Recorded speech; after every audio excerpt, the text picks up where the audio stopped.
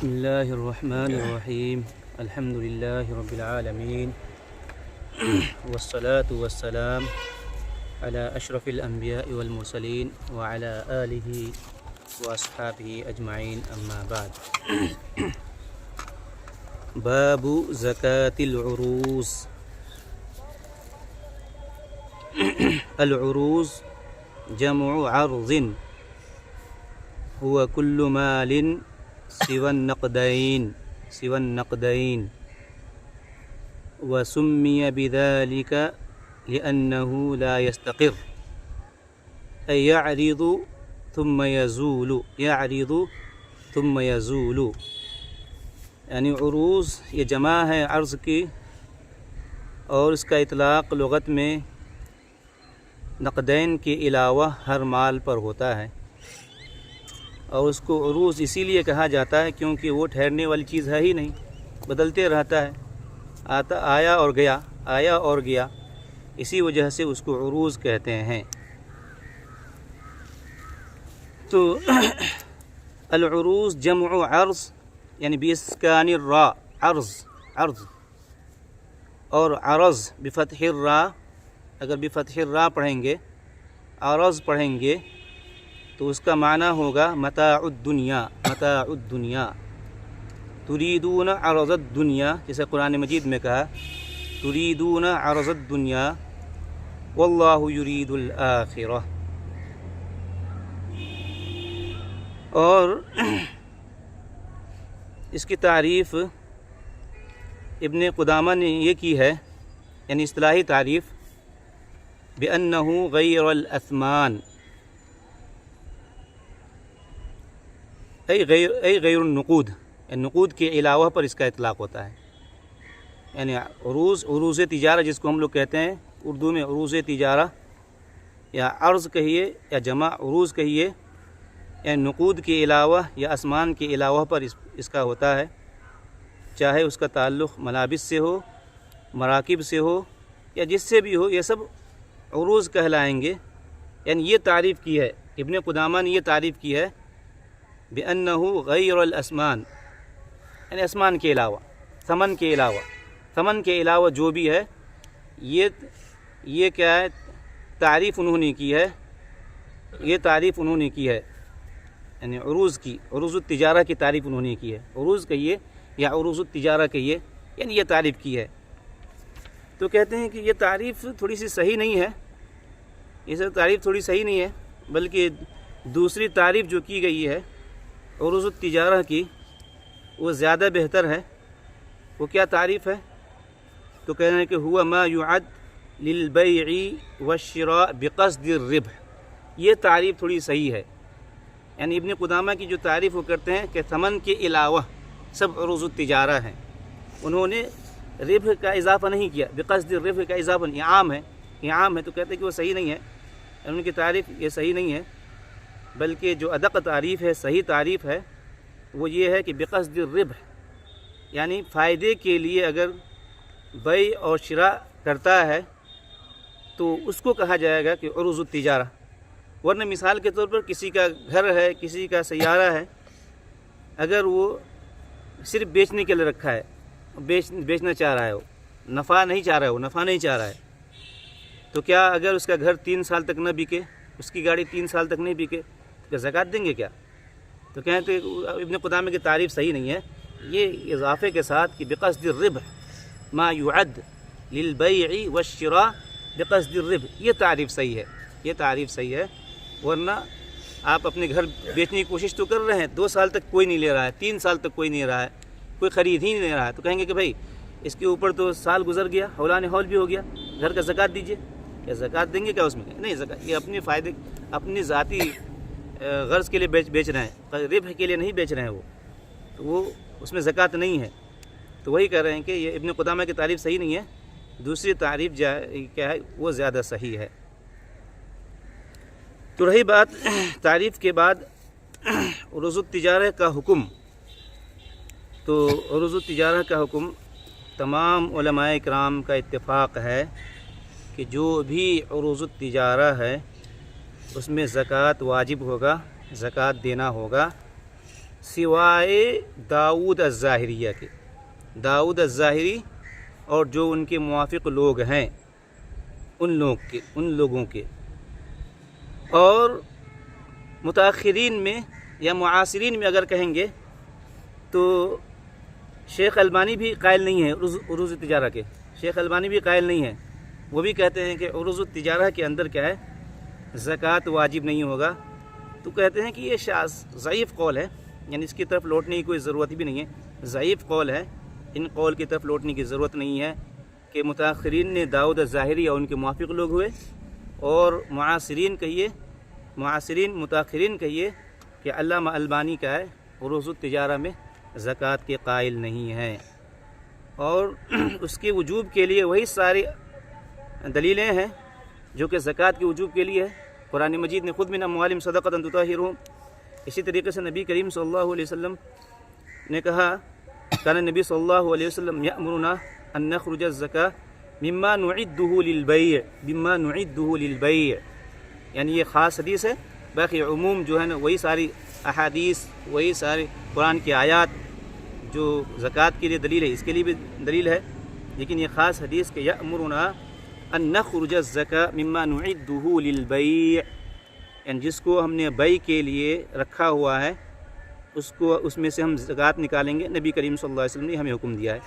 یہ ابو داؤد کی روایت ہے، لیکن اس کی سند میں کیا ہے، مقال ہے۔ حافظ ابن حجر کہتے ہیں کہ فی سندہ لین، لیکن اکثر اہل علم کا اس پر عمل ہے اور یہی راجح ہے، اور جو لوگ کہتے ہیں زکوٰۃ واجب نہیں ہے، جیسا کہ میں آپ کو بتلا دیا ہوں، داؤد الظاہری اور معاصرین میں سے شیخ البانی ہے، ان کے قول کی طرف لوٹنے کی کوئی ضرورت نہیں ہے، کیونکہ یہ ضعیف قول ہے۔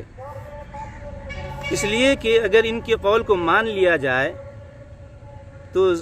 ہم اکثر زکوٰۃ کا، یعنی اکثر زکوٰۃ کا گویا کہ ہم انکار کر رہے ہیں، اکثر زکوٰۃ کا انکار کر رہے ہیں۔ یعنی اس زمانے میں اگر دیکھیے، یعنی اکثر لوگ جو زکوٰۃ دینے والے ہیں وہ کون ہیں؟ یعنی عروض التجارہ تاجر ہی لوگ ہیں، یعنی عروض التجارہ ہی میں سے زکوٰۃ دیا جاتا عام طور سے، اور جیسے سائمہ من بہیمۃ الانعام میں سے کہیے، یا زمین سے نکلنے والی چیز میں سے کہیے، یہ تو کم ہے، بہت کم ہے۔ یعنی زکوٰۃ جو عام طور سے جو دیا جاتا ہے وہ اسی میں سے دیا جاتا ہے، عروض التجارہ میں سے دیا جاتا ہے، یا ایک نقدین میں سے دیا جاتا ہے، اسی میں سے عام طور سے زکوٰۃ ہے۔ اس کا بھی انکار کر دیں گے تو یہ اکثر زکوٰۃ کے گویا کہ انکار کرنا ہو جائے گا۔ تو یہ حکم ہو گیا۔ اس کے بعد کیا ہے، مؤلف دیکھیے، یعنی شروط بیان کر رہے ہیں کہ عروض التجارہ کے کیا ہے، شروط کیا ہے۔ کہہ رہے ہیں کہ ولا زکاۃ فیہا حتی ینوی بہا التجارہ وہی نصاب حولا ثم یقومها فاذا بلغت اقل نصاب من الذهب والفضة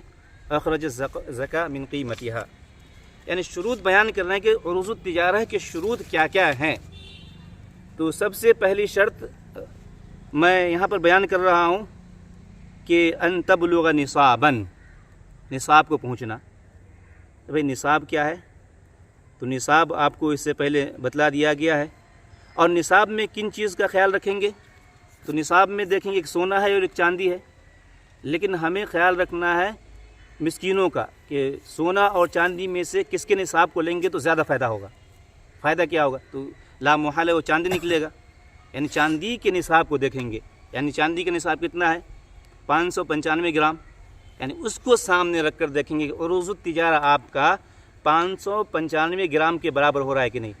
اگر سونے کو سامنے رکھیں گے تو پھر زیادہ ہو جائے گا، کم کو دیکھیں گے، یعنی مسکین کو دیکھیں گے کہ مسکین کے لیے فائدہ کون سا ہے، دونوں میں مسکین کے لیے کون سا فائدہ ہوگا۔ تو چاندی لا محالہ فائدہ ہے، تو چاندی جو 595 گرام ہے اس کو سامنے رکھ کر کے عروض التجارہ کو دیکھا جائے کہ اس کے برابر ہو رہا ہے کہ نہیں۔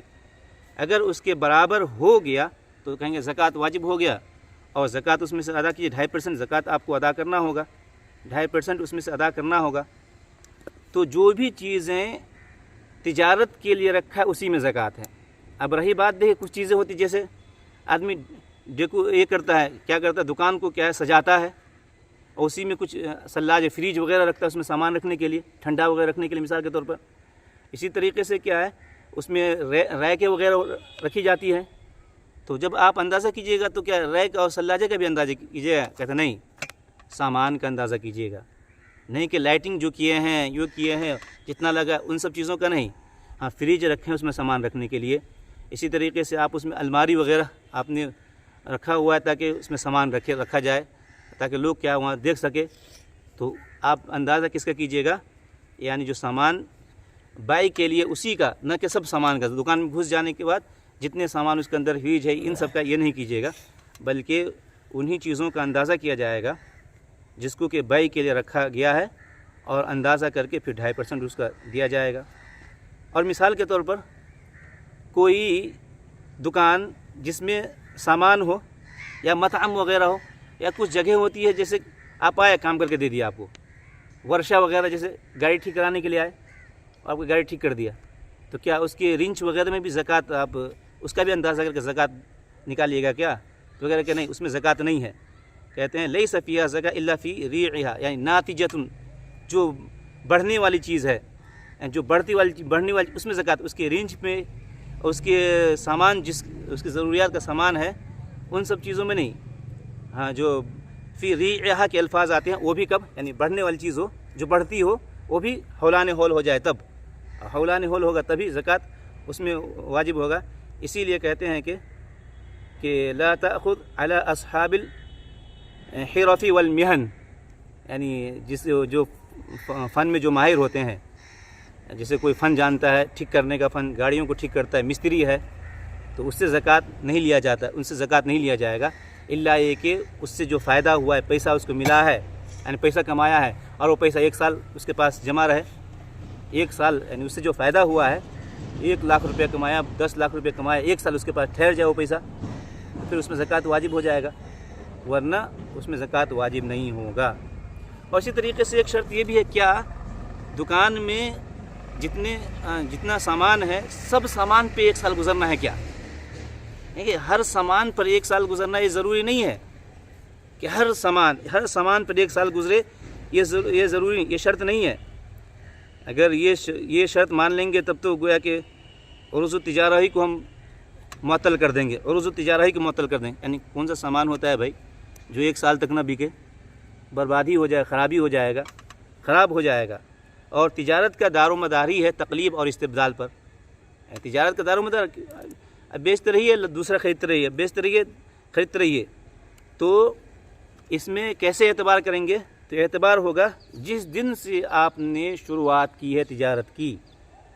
جس دن سے آپ نے تجارت کی شروعات کی ہے اسی تاریخ سے 1 سال تک ہونے دیں گے, اور پھر اس کے بعد اندازہ کریں گے کہ ابھی سامان آپ کا کتنے کا ہے, اتنے کا ہے, اتنے کا ہے, جتنا ہے اس کا 2.5% آپ کیا ہے زکوٰۃ ادا کر دیجئے گا. یہ کیا ہے شرط ہے. پہلی شرط یہ بلوغ نصاب. اور دوسری شرط یہاں پہ یہ بیان کی گئی ہے ملکیت, یعنی مالک ہونا. تو مالک ہونے کا مطلب یہ بیان کیا جاتا ہے, یعنی مالک ہونے کا مطلب یہ ہوتا ہے کہ ان یملکھا بفعلہ و اختیاری, یعنی اپنے فعل اور اختیار سے وہ مالک بنا ہو. جیسا کہ مثال دی جاتی ہے کشرا والہبہ ونحو ذالک,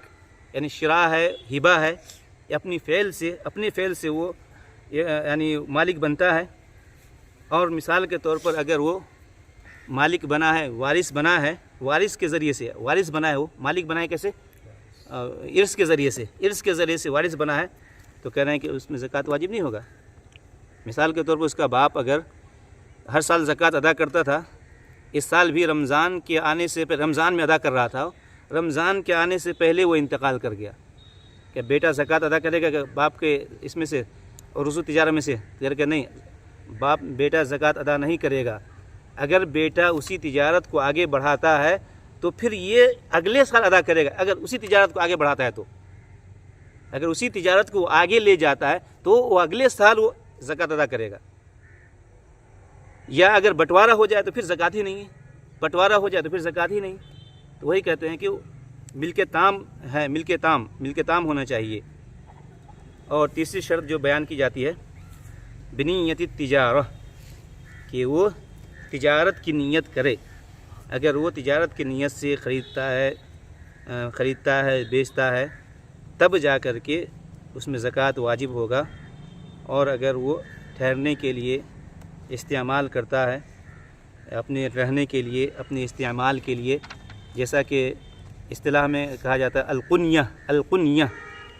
قنیہ ای ما یتخذہ الانسان لنفسہ للانتفاع به لا للتجارہ،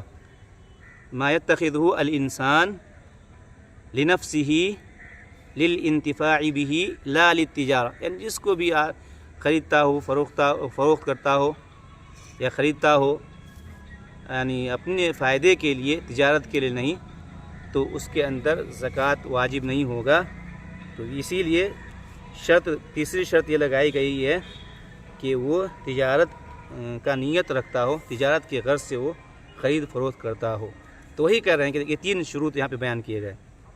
کہ دیکھیے کہ ولا زکوٰۃ فیہا حتی ینوی بہا تجارہ، یہاں پہ پہلی شرط یہ بیان کی گئی ینوی بہا تجارہ، تجارت کی نیت کرتا ہو، وہی نصاب، اس حال میں کو نصاب کو پہنچا ہوا، اور حولان حول، حولاً یعنی حولان حول اس کے اوپر ہو گیا ہو، حولان حول ہو گیا ہو، ثم یقومھا، یہ 3 شروط اگر پائی جائے تب اندازہ کرے گا۔ کیسے اندازہ کرے گا بھائی؟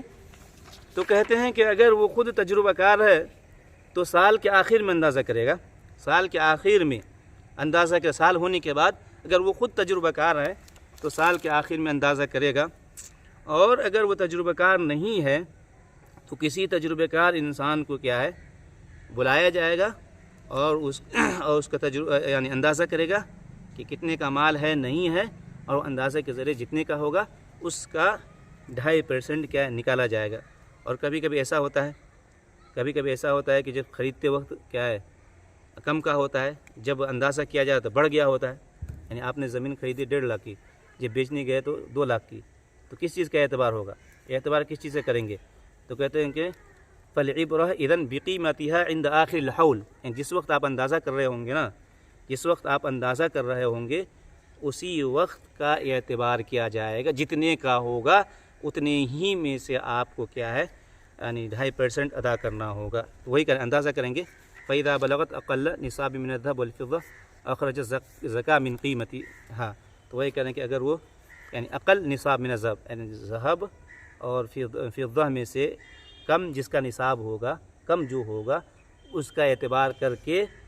یہ کیا جائے گا، اس کا اعتبار کیا جائے گا، اور اس کے حساب سے آپ کا مال اگر پہنچ جاتا ہے تو گویا کہ نصاب کو پہنچ گیا ہے، اور زکوٰۃ کو ان کی قیمت سے نکالیں گے۔ یہاں پر قیمت میں سے نکالا جائے گا،